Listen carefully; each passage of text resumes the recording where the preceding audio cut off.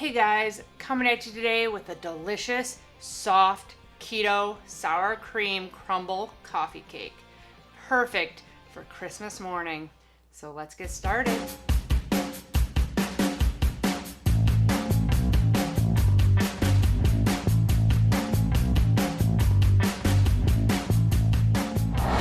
Hey everyone, welcome back. If you're new here, thanks for joining me.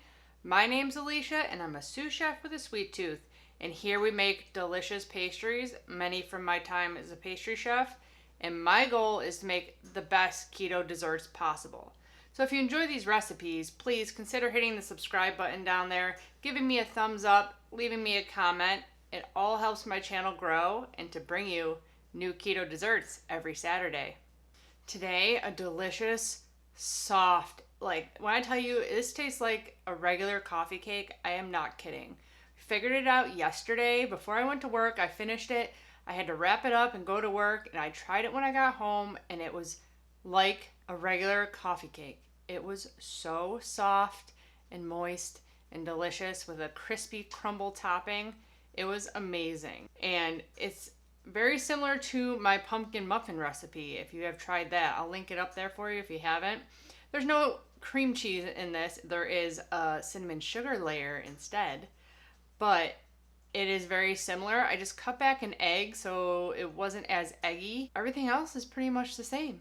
I have my eggs soaking in warm water because that's like the longest part of this, is that you want your eggs and your sweetener to be really fluffy, like light, airy, pale yellow. And it can take a long time if your eggs are not warm. Like even room temperature eggs take a while to actually whip up to that consistency. So I'm going to do the rest of this because I can't talk while the mixer's going. But you can do all this stuff while your mixer is running and it'll save you a lot of time. So I already weighed out all my ingredients. This is 80 grams of unflavored whey protein, 30 grams of coconut flour, 1 tablespoon of baking powder, and 1 teaspoon of xanthan gum. We're gonna sift all this into a bowl and whisk it all up. A little trick: if you don't want flour all over your kitchen and you have a small bowl, pick it up and shake it. You can also go in there with your hand and get it through the sifter. This is a really small, fine sifter, so it's really hard to get it all to go through. I already have my oven preheated to 325 because we're just going to throw this all together and get it in the oven. I already have 1 cup of sour cream weighed out, or 8 ounces. This should be room temperature also. And then you're going to need a stick of melted butter, which I'm going to melt a stick and make the crumble while that's whipping, and then melt another stick to pour into our eggs and sweetener that we're mixing. I have 144 grams of classic granular monk fruit. That's about 3/4 of a cup. I'm going to put that in there with my eggs. Then the only other thing is a tablespoon of vanilla extract, which I did do one with maple. You can do almond. You can do any extract you like. I'm going to crack my 5 eggs in there.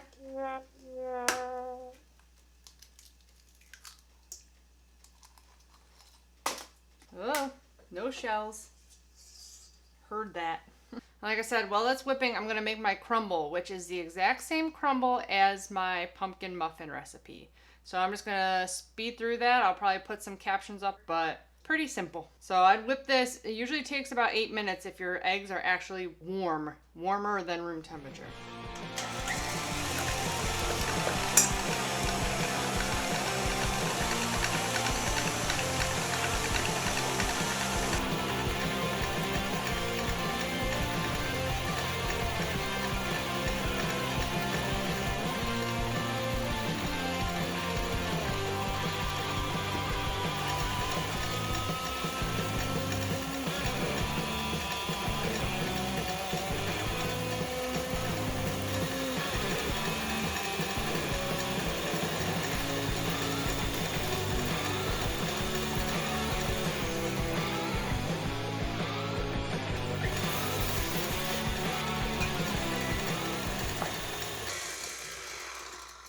Okay, as you saw there, I made my crumble and I lined an 8x8 baking dish. I sprayed it.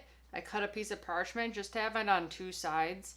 Just makes it easier in the long run. And then I just have 2 tablespoons of granular golden monk fruit sweetener and 1 teaspoon of cinnamon that I'm gonna mix. That is our middle cinnamon and sugar layer. Now it's time to finish the batter, which is super easy. You stream in a stick of melted butter, 1 tablespoon of vanilla extract, and then you add in your 1 cup of sour cream, and then your dry ingredients.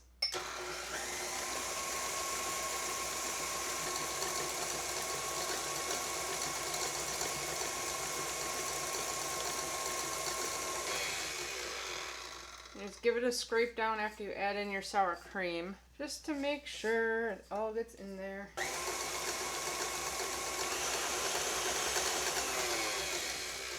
And then just add in your sifted, whisked dry ingredients.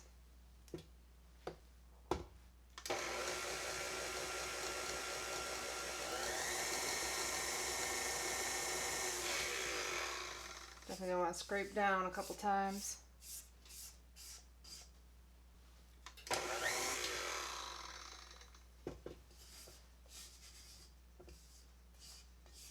To get most of the batter off, I turn it up high and slowly lift it. Just don't lift it too high because you'll fling batter all over the kitchen, which I've done many a time.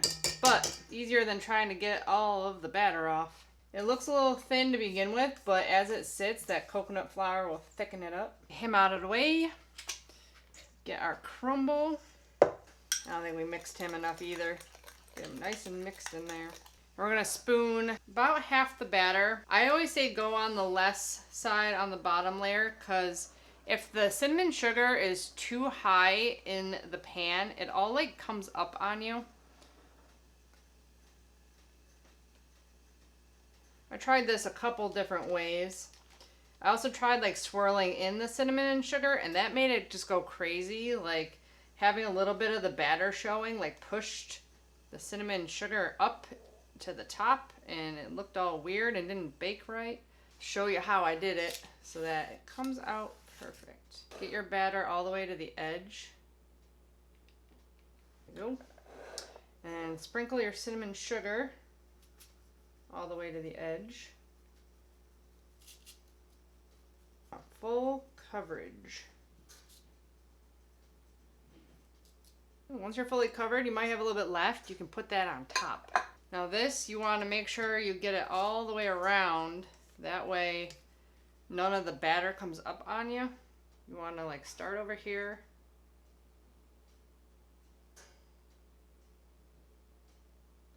Layer it on. That'll give you a nice defined line in your coffee cake. You don't want to move it around too much until you got it completely covered.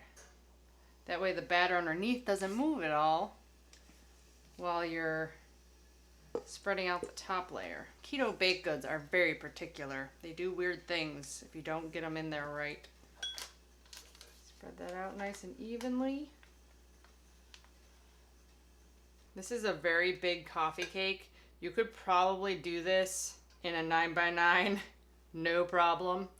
9x13 might be a little thin, but this makes a big coffee cake. Like, I was trying to figure out how many slices to slice this into, and like the typical 3x3 would give you 9 pieces. They're pretty big pieces though.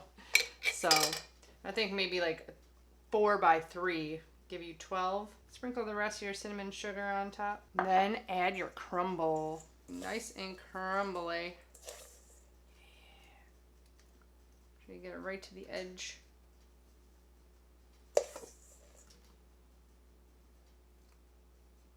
Yeah. It looks so good and smells so good. Okay. Into the oven this goes for 55 minutes, I think it was. 25. Turn it 25 and then check it, and you might need like 5 more minutes. Coffee cake is out of the oven. It was 55 minutes. You want it still really soft in the middle. You don't want to overbake it. It did the same thing it did to me like, I don't know, 3 tests ago. This has to cool to about room temperature before we can slice into it. It is best at room temperature.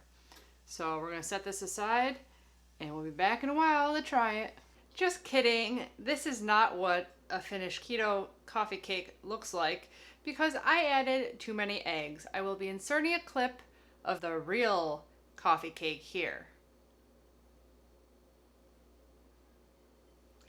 And I had one piece from my old one left. And this is how perfect it is.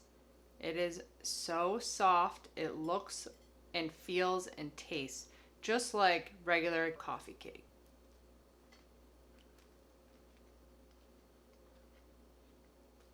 So soft and moist. Crispy topping on top. This piece is a little less than a ninth of the coffee cake. The 1/12 of it is 1.8 net carbs. So I'm sorry about this coffee cake, but this one is perfect. It's so soft. This is a day old already too. So I'll be inserting some clips of fresh coffee cake, but it turned out amazing.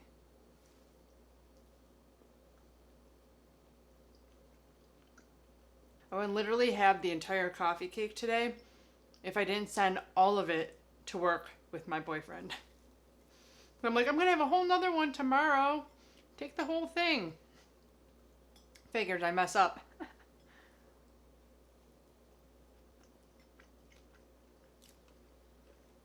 It is so good.